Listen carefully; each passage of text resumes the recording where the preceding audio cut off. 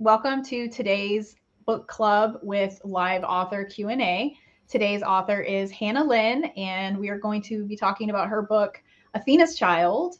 So thank you so much for joining us, Hannah. Super thrilled to talk to you about this book. I love this book, and I cannot wait to talk about it more. Thank you so much for having me. Thank you. Yeah. I'm really excited to be here. Awesome. So before we get started, I'm just going to jump into these slides for just a moment and just give a little background on what SASA is. So SASA is on a mission to promote the study of the ancient world and increase engagement with our human deeper pasts. So our primary goal is to build a grassroots movement through outreach, collaboration, accessibility, and public scholarship. Working toward a goal of inspiring a wide, inclusive community of scholars, learners, students, and authors, and readers as well, to just bring more awareness to ancient studies. You can find us on Facebook, Instagram, Twitter, or X, YouTube. We have a Twitch channel, we have a TikTok channel, and we're also on LinkedIn. So pretty much everywhere you can find us and you can follow us for updates. And our live event protocol is pretty standard. Just everybody who is listening from all of our social media channels, we are streaming on all those platforms. So feel free to ask any questions in the chat, any questions you have for Hannah or for SASA. We would love to answer all the questions that you have. Just, be mindful and respectful. And patient with us, because I'm going to be all into this discussion. So if it takes me a second to answer a question, please be patient with me. If you enjoy this live event and you appreciate the mission that we are on, you can become a recurring donor. I will have some QR codes up on the screen throughout our live stream that will take you directly to that page. So you can sign up and become a recurring donor or just a one-time donor if you want to as well. And that is it for my little presentation slideshow. So let's jump into the discussion of this amazing book, Athena's Child.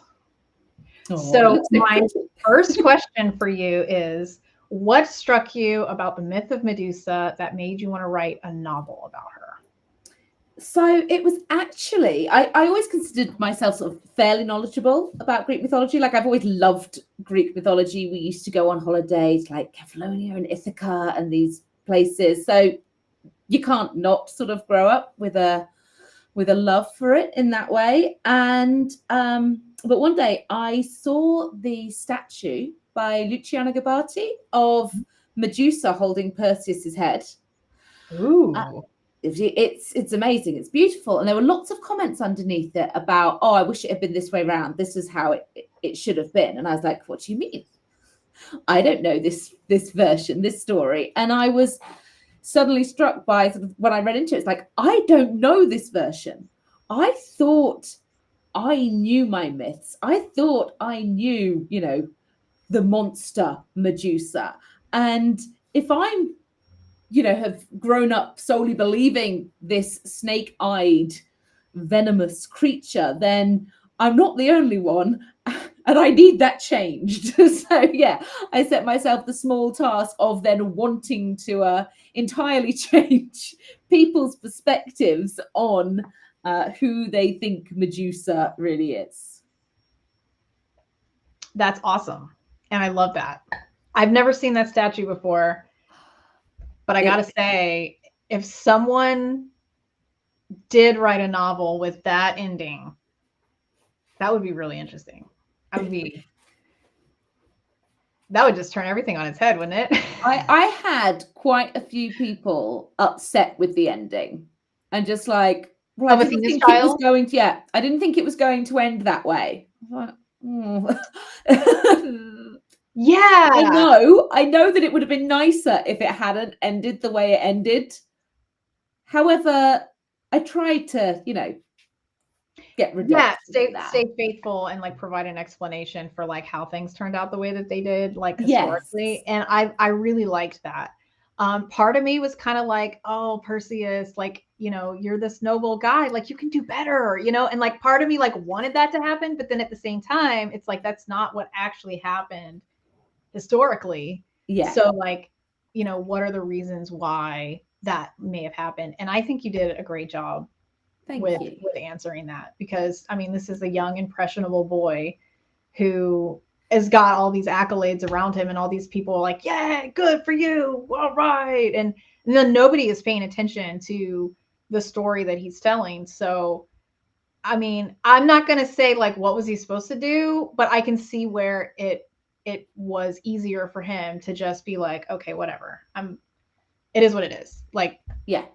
I'm just going to go with it. And I I was disappointed in him, but I understand why you ended it that way, and I think that that complements like the actual myth, and like complements the arc of Medusa of being this misunderstood, you know, priestess of Athena throughout the whole thing. Like that ending was cohesive with that, and I appreciated it. I liked it.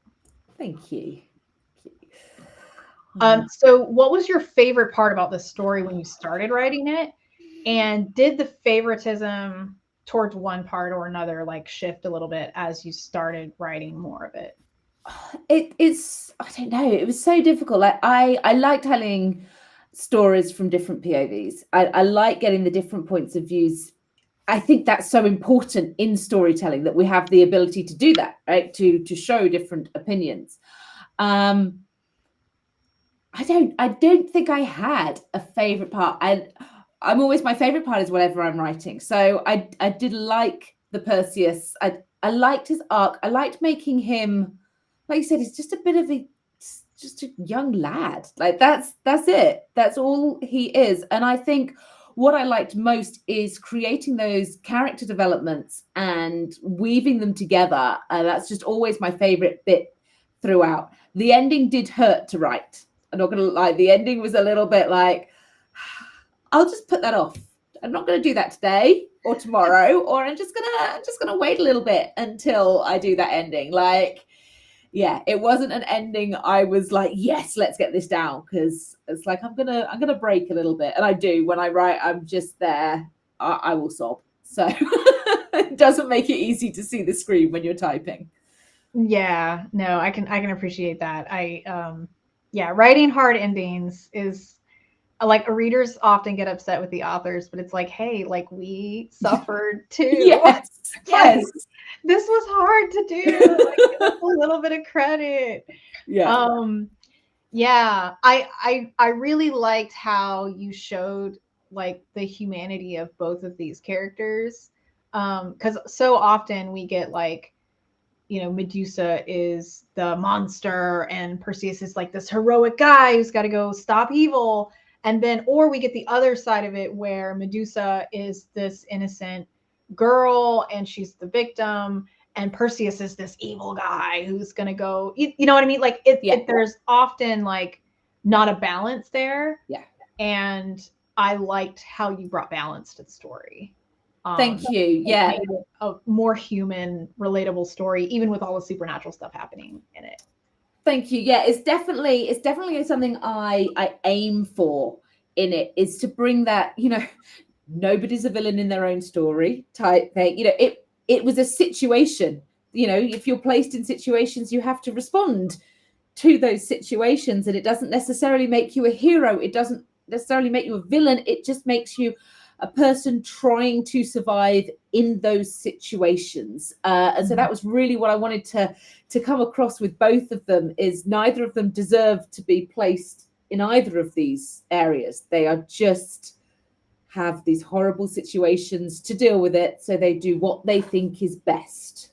Yeah, definitely. So what ancient source did you find the most intriguing or the most helpful for you when you were crafting this narrative? And did you draw any inspirations from more recent events too? So for this one, it's the Ovid's Metamorphoses. that has the Medusa retelling in, where she is the victim of Poseidon. So that was the sort of key historical source that I was using there. But it was also really important to me when I was writing this, was right in the middle of the Me Too movement. Mm-hmm. And so that idea of victim blaming was, it hit me, sort of these two comparable. I think I was on Twitter when I saw this this statue for the first time. So I was on Twitter seeing this about Medusa, and then the same time the Me Too exploding, with still people with their elements of victim blaming in those tweets, you know, the way they come out of that. And I was like, it's not changed. It's not changed. And just looking at this, I was just like, how's it not changed? And so it was really important to me that I was getting that element in there as well. And just like, you know, we're setting this thousands of years ago, but look, we've still got this problem here. And so I needed to, with her family as well as Athena, get that element in there so we could sort of make those parallels with today's world still. Yeah, I was definitely picking up on the Me Too themes in the book, especially with the mother when she goes back, and you know, like the just kind of like the suspension of disbelief. Like, well, you must have done something. You had to have done something to tick her off. Like, this is extreme. Like, this shouldn't have ever happened to you, etc. You know, whatever. Yeah. And like it really, like, the victimhood, the victim shaming, like, it sent it home in that, you know, scene, especially because it's like, this is somebody that's supposed to love you and have your back, and they don't, just because of a lack of understanding. Yeah, I definitely felt that came through very strong in the story. It was very powerful. And it's like, yeah, like, how many millennia have to go by before we learn from this behavior, you know, like, yeah, exactly that. It's so I'm glad that came across, because obviously that was a aim. Yeah, definitely. So ancient historians, obviously, with the victim shaming, they tended to demonize Medusa and heroize Perseus. Like, this is just the theme that's existed. So how did you approach crafting these characters in the book? And like, what did you want to specifically focus on with Medusa and focus on with Perseus to like make it a unique and fresh story? So I think as long as you are humanizing characters, you very quickly lose those labels, those, you know, the straight up demon label and the straight up hero. As soon as you have fully sort of humanized them with all their flaws, with their loves, with their regrets, once you have started to build that into anybody, and you can see the different sides of them, you lose, those lines become blurred. So that was so important to me within that. So when I was crafting them, it's like, okay, I just need to make these believable humans. That's my first task, is how do I make them believable humans? Well, they're going to have their faults, they're going to have their talents. You know, I craft them the way I would do in any book, as you know. So, and then what I wanted, so for Medusa, it was so important to me that she kept that humanity, and she fought for it, even with the things going on with her sisters. She fought for her humanity, because in so many ways it would have been easier to let it go. It would have been easier, but her humanity was all she had left. And so I wanted it to come that she was going to hold that part of her. She was going to lay claim, if she nothing else, her humanity was hers. So that was really important to come across in my version of her. And in Perseus, just said that he was a system of the situation, that, you know, he wanted to protect his mum. He'd got these siblings that he didn't, you know, was just misplaced in the world, and he didn't really know what he was doing. So if people told him that something was the best thing to do, then he was going to go with it, because he didn't know any better. And I think sometimes, you know, that's just an easy role that we as people take in life. We don't know any better. These people are telling us they do know better, so maybe we should go with what they say. And so that's all he did. And again, it's just that those human traits to get into them, to see that, they didn't do these things out of evilness. They didn't do them out of heroicism. They just did them because that's the way that life was taking them, which is pretty much what happens to all of us through life. We're just taken through these journeys. Right. So on that note of the humanity, how did you want to approach Athena? Because she's definitely not human. And, no. She is very like, when I first was, because I listened to it on audiobook, and when I was first listening to it, I had such high hopes that Athena was going to maybe do right by Medusa, because it started out decent, like Athena's like, yep, all right, I don't really want to take you in, but I will, because why not? And she seemed kind of like this protector figure, and so I was like, oh, okay, well, like, maybe it really is a misunderstanding. But then it just didn't. So like, how did you? There are a couple of ways to look at it, because some people were like, well, actually, it was Medusa in the end, Athena in the end did do right by guiding Perseus to sort of end it all. And I'm not going to go with that. I also actually wrote Athena's point of view in a first draft. So I had whole chapters with Athena's point of view in. I know. And every time I've done this, why did you have gone like, oh, do we get this? It's like, no, you do not. But I decided that I didn't want her justification. Because she was in such a position of power. She was in such a position of power, over Medusa, over the lot of them, that she could have stepped back. She could have done something. She could have redeemed herself. But if you put yourself in a position of power like that, where you're like, this is my city, this is my temple, this is done for me, then you have a responsibility in that position of power to protect those people. And in failing to do that, before we get to what she did there, in just failing to protect her in her temple, she was not upholding that position the way she should have done. And again, it was that Me Too level in there as well. That yes, we know, Mrs. whoever you are at the top of the food chain, you did have that happen, and you did have this happen, but you are the top of the food chain. These people look to you, you have an obligation.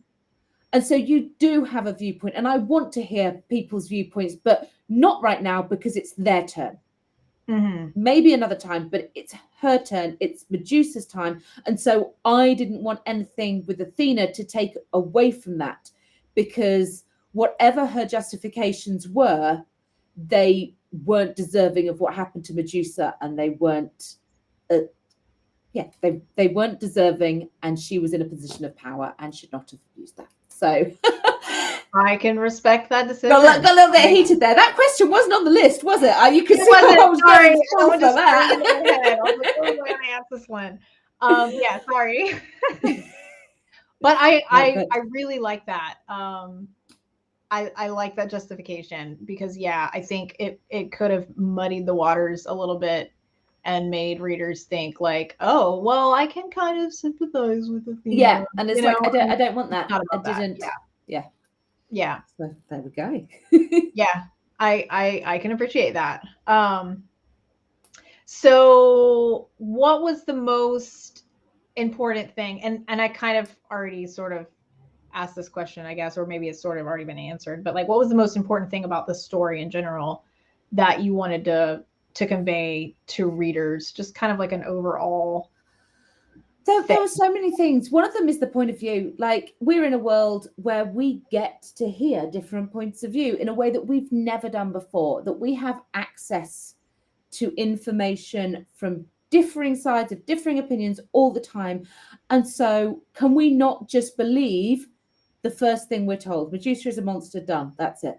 Yeah. Like, can we get past this stage of just believing at face value, and can we make educated decisions based on, you know, the evidence we've got?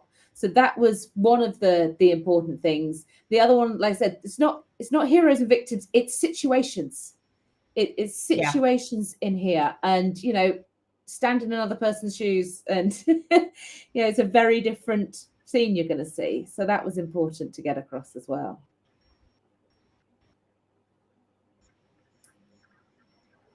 Oh, sorry, there's a bit of freezing. I don't know if it's my internet or yours.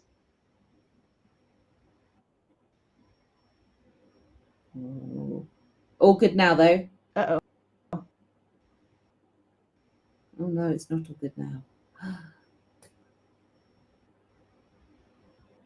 It says my connection has been lost. Can you? I can hear you most of the time. Okay. Yeah.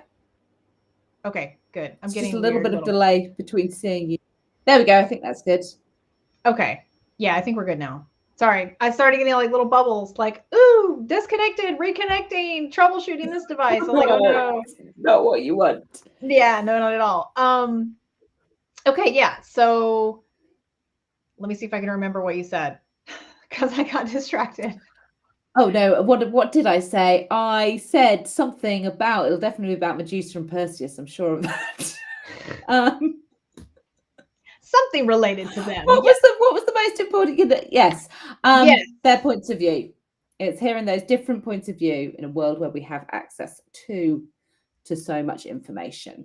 Yes. Yeah. And not making the knee-jerk reactions like, oh yes, I definitely picked up on the many layers that you were trying to weave in, and just like so many different factors going into both of these characters, but more so Medusa. And I wanted to ask you, because you talked just briefly about her sisters in a previous question. Why did you decide to make them more Gorgon-like than Medusa? What was I guess just for curiosity's sake, because you made them more animal-like, like they lost more of themselves than Medusa did. Yeah, so the losing of their humanity was the important fact, that they couldn't get over the blame, essentially. That was it. That was really important, is for them, because they were lost, because their initial, you know, response to was the blame and the anger that caused them to then do the same to Athena, to do the same to them. So that anger and sort of bitterness didn't go away. That blame didn't go away. It redirected itself. So it was at Medusa. It redirected itself. So it was at Poseidon, whoever it was directed at. They just had that in them constantly. And so that sort of manifestation of them becoming so much more going in and firing that blame, you know, not caring about the turning men to stone, not caring about the killing, because they had been wronged, so they were going to wrong others. Whereas Medusa's approach to it of, I don't want to wrong others the way I've been wronged, and just the two ways of reacting to things, just having such different outcomes on those people.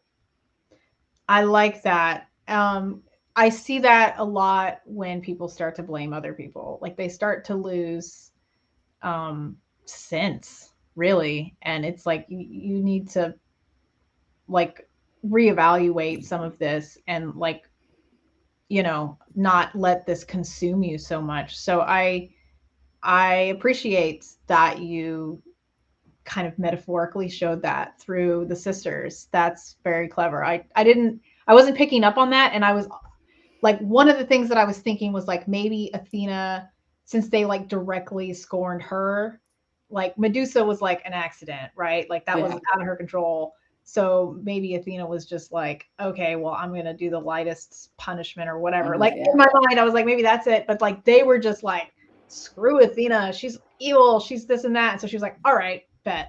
Yeah. Well, no, could have been.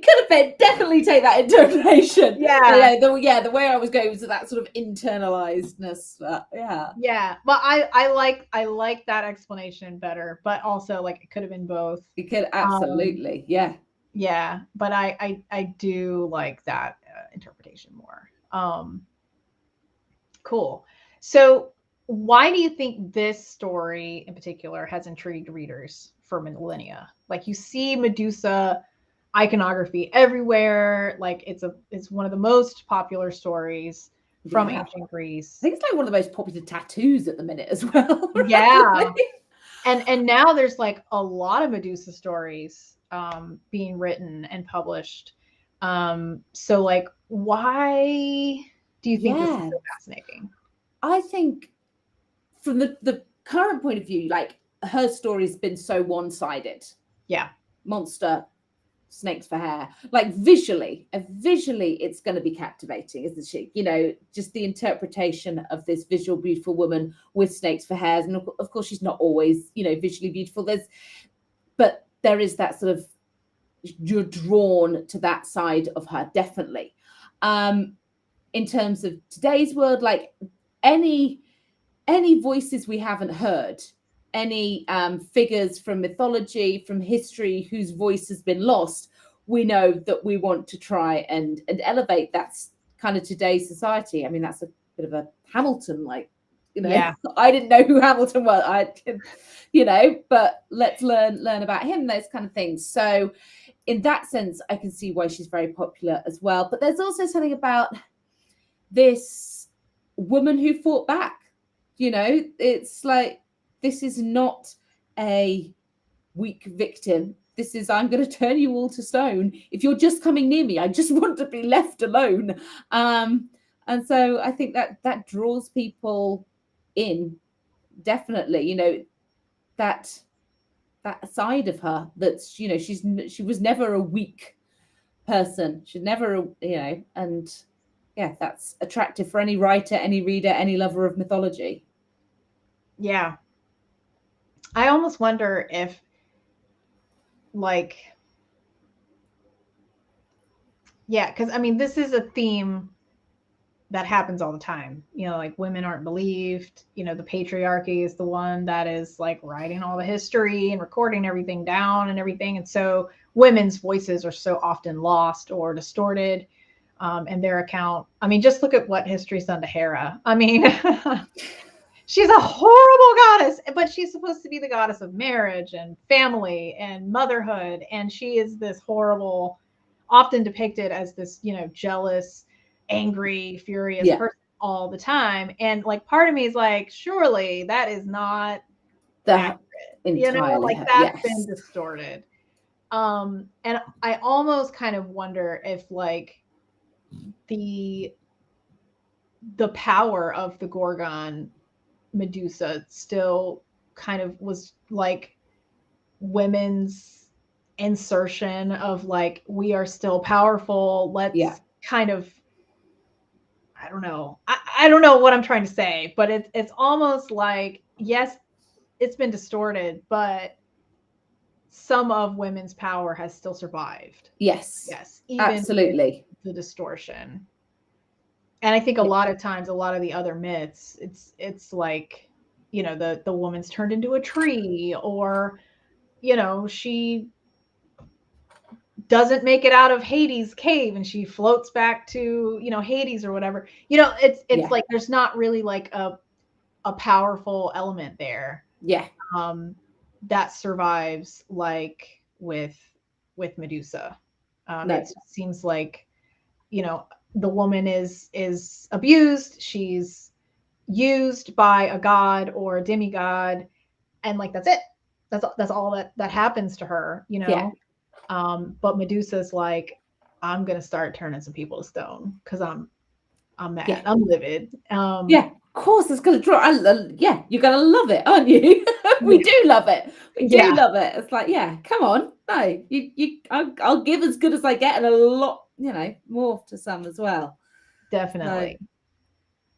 So, have you heard one of the versions? And I'm not sure what the historical basis is for this. I think maybe there's like this website called like theoi.org or something like that. Yeah, I know the one. And one of the circulating myths on there is that Athena turned Medusa into the Gorgon as like a favor so that men would not try to harm her anymore. So it was like a protection mechanism and like a, I don't know, an act of love, I guess, if you will. Like, what are your thoughts on that? Because that's always intrigued me. Like, what if that was the real story that got messed up? I don't know.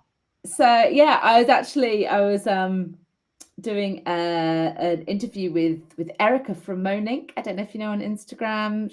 She does a lot of classics. She's brilliant as well, and she was talking about the same thing. It's a pretty cruel favor, isn't it? Like, if you're doing this as a favor, well, that you could give power in another way. True. There would be different ways to give power. Just protect her better. You're a goddess. True. You're a goddess. True. If you wanted to not to be harmed again, then don't let anybody near her. Put her somewhere safe and beautiful with her family, where she's protected for as long as she's going to live. That's fine. You do not need to have her entirely cast out and ostracized, unable to look at anybody without turning them to stone and go, oh, well, but no one's going to hurt you now, are they? No. Yeah. That's my strong opinion there. True. But I almost wonder, like, if that would have been kind of like putting the girl in the tower type of thing. Like, yeah, I can see it, but it's like, I'm going to give you like your own power to protect like, yourself versus put you alone in the tower and protect you that way type of thing. Yeah, it is a put you alone in the tower to protect you. I can see that. I just can't. Yeah. And where were the repercussions for Poseidon, from Athena's side? Like, if you wanted to protect her, she needed to, be standing up there and stopping him and the others doing things. No. Yeah. I can't. Yeah. No. Point. What I say about hearing different points of view and not accepting anything. No, I'm not having Athena being pleasant. No. So how did this myth inspire your other novels at all, or was this like the first story? So this was the first one that I wrote, and then I was very much hooked, and that was. So the one that followed was Clytemnestra, who again has become really popular since.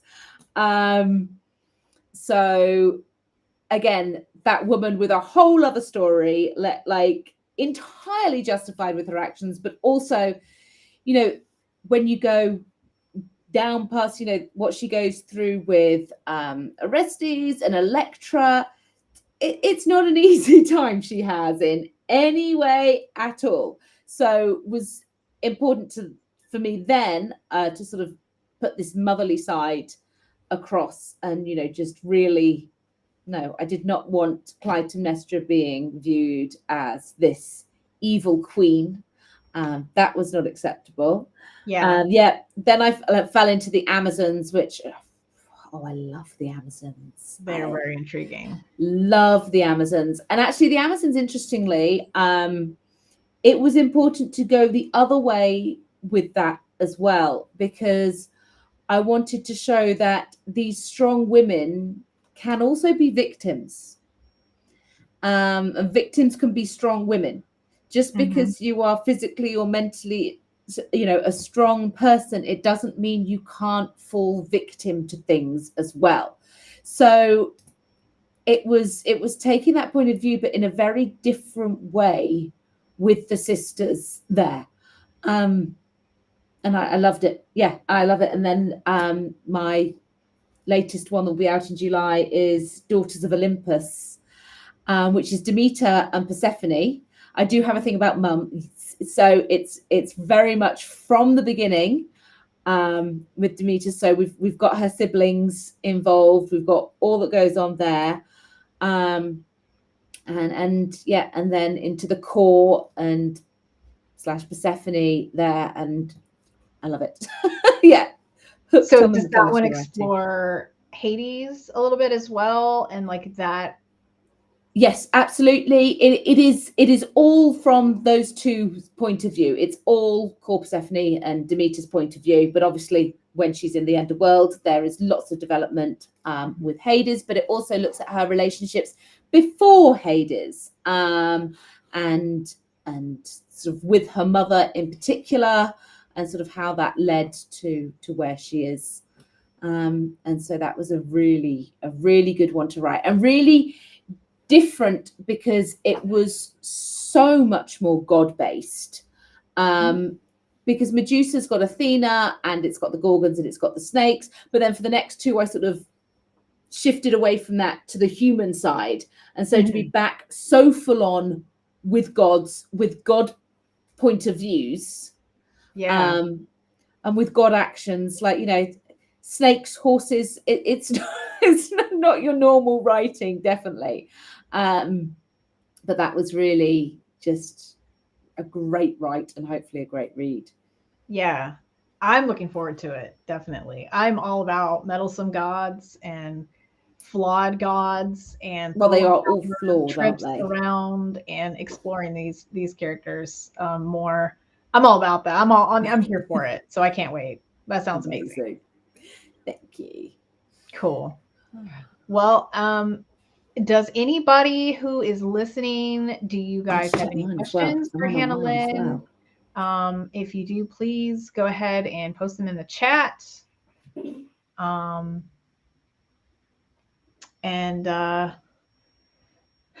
I'll just monitor the chat here and see if anybody has any questions. But how long did it take you to write this book? That's just a author to author curiosity question. So, considering it is one of my shortest books, I know that I want to say 2 years start to finish. Okay. Because it was my first of the Greek mythologies. My Greek mythologies take a lot, because I also write romance. Just because, well, not just because I love writing, I write everything, but I also find that with these Greek mythology books, they're hard going. They are emotionally really draining, some of these scenes. Like, I'm not glad I was editing the latest one I'm working on, and I was just crying. And so having something light to break that up sometimes is needed as a little mental health break. Yeah, it's just writing those lighter things, because otherwise it is just so consuming. Oh, so I've seen the question. Can I yes, for that? Absolutely. Will I be writing about Medusa in the future? Well, I don't know, but I will say the more I talk to people, and the more I mentioned the Athena's point of view, and there were a lot of cut scenes. I mean, it's not a big book if you haven't seen Athena's Child. It's not a big book deliberately, because I wanted it to be really accessible. You know, I wanted it to just be one of these things you can sit down, you can read in a day, you can get that side of the story. That was the aim of it. So I wouldn't say no to an extended version of it. I'll put that there. I'm here for it. Although I totally love the reason why you cut scenes, but I'm still here for it. Yeah. So I'd have to work that out. Be a tough balance. Yeah. Cool. Thank you, William, for your question. Anyone else out there, please feel free to post anything in the chat. So you mentioned that this is your shortest book, but it took you 2 years. So like, how long did it take you? How long does it take you on average for a book? Like if your agent sits you down and they're like, hey, I need some stuff from you, we gotta publish something, like what would be a realistic timeline? Mythology book, I'm not going to get anything done in under a year. Okay. So mythology just because book, like the mental drain or the research or like the pair of them, the pair together, and they're long. I'm currently working on a book, and I think the second draft's going to come in at about 180,000 words. Woo. Yeah. Nice. That's a lot of work. My editor doesn't know it's that long yet, so hopefully she's not going to see this and just go, what? So they are long. They take a lot out of me.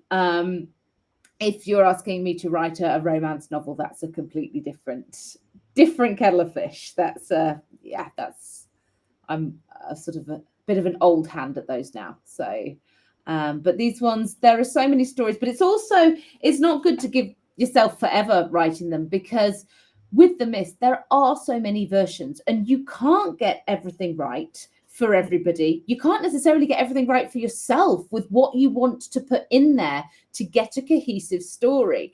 And I know that sometimes I just have to call it quit, go, okay, I can't put this in. I want to, I can't fit it in. And you can't keep going forever, because you could keep going forever on them. And so it's really important to set yourself that deadline. So I'm like, okay, I will have something that is readable for my editor in a year.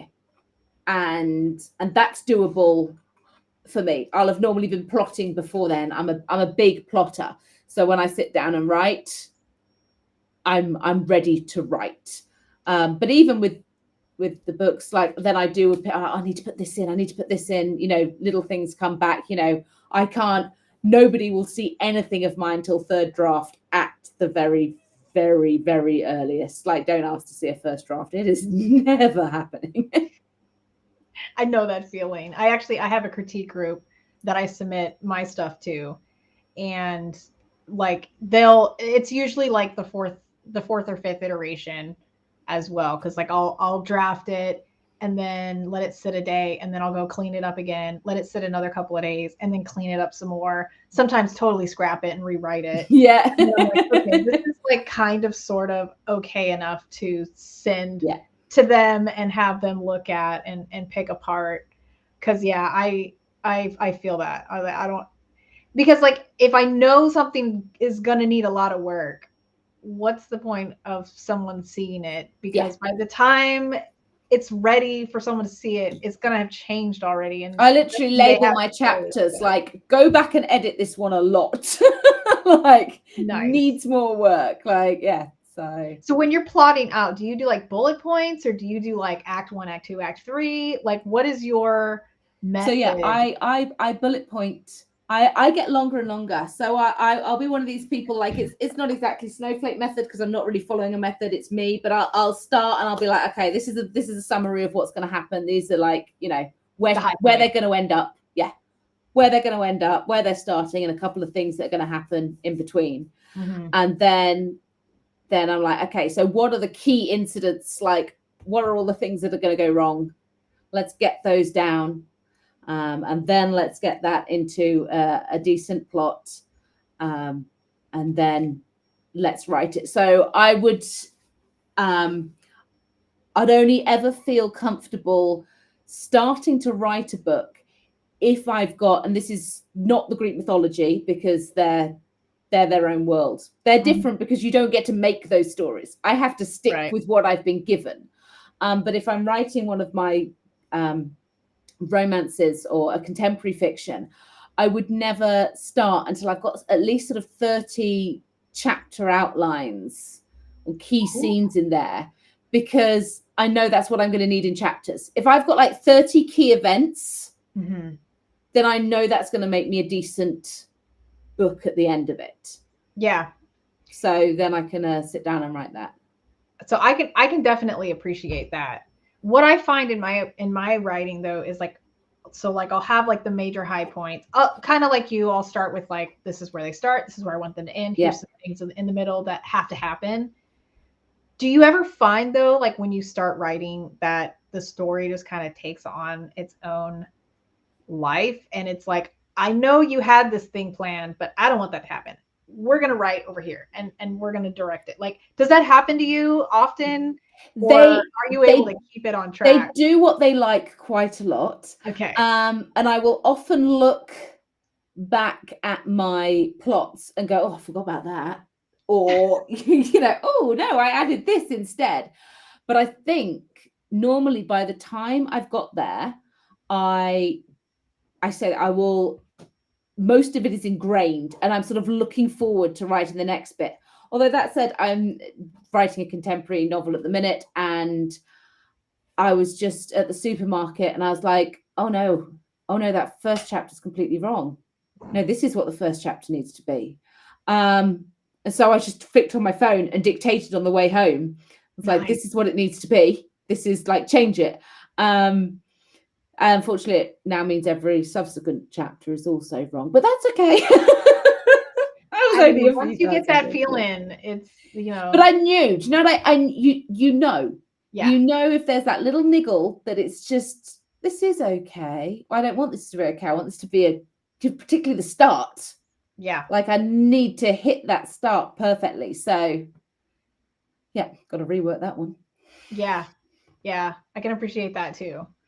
So what is your like favorite writing tool?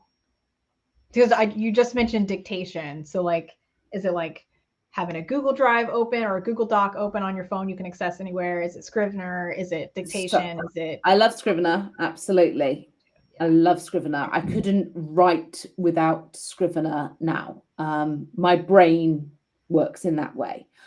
Plotter is a great tool for sorting out timelines because I'm not a good, I will do something on a Tuesday in a book and then 6 days later it'll be a Thursday.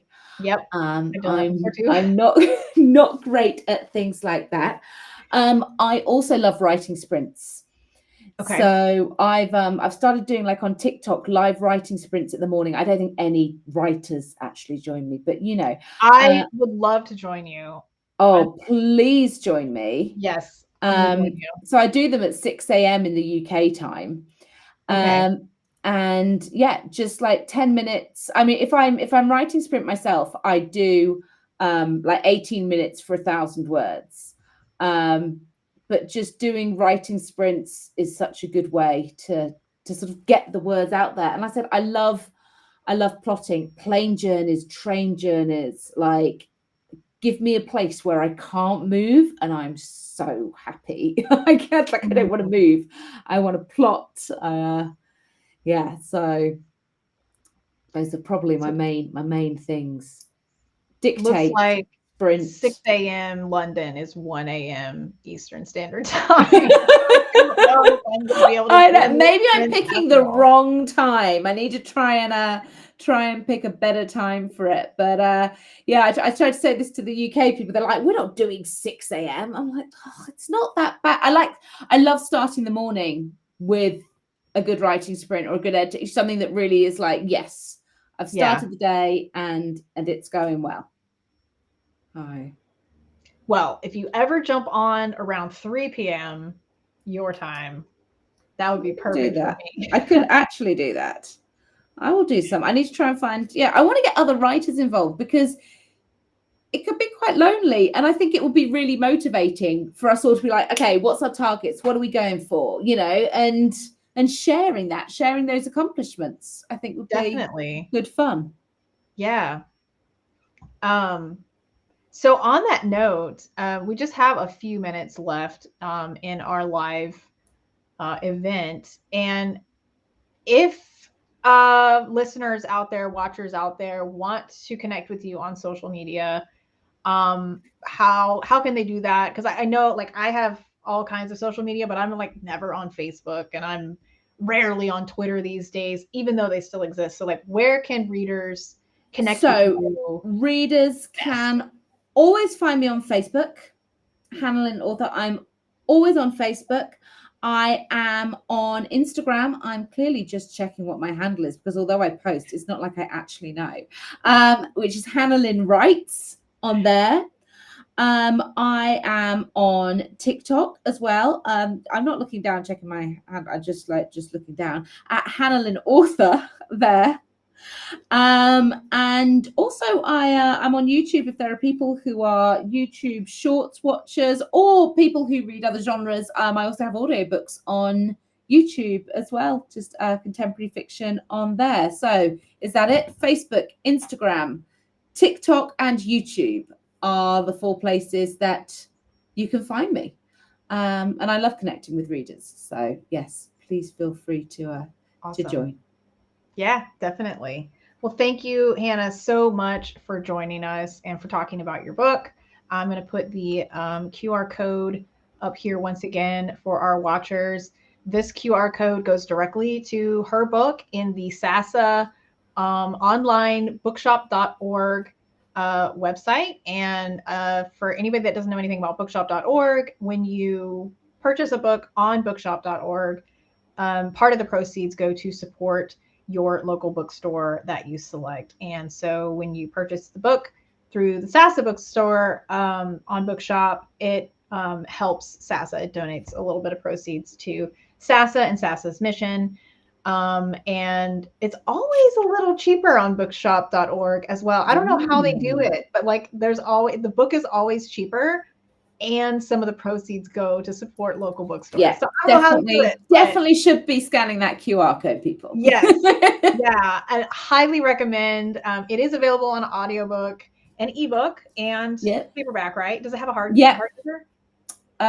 No, I don't think there is at the minute. Ooh, okay. So, we'll check that. Put a pin in that one for future. But the audiobook was fantastic. And it is a short read, as she said, and it packs a punch. So definitely add it to your TBRs. And yeah, so thank you again so much. It has been an absolute pleasure talking with you, and I can't wait for your new book to come out in July the 9th. Yes. July the 9th. Awesome. Thank you. Thank you so much. It's been fabulous talking to you. Take care.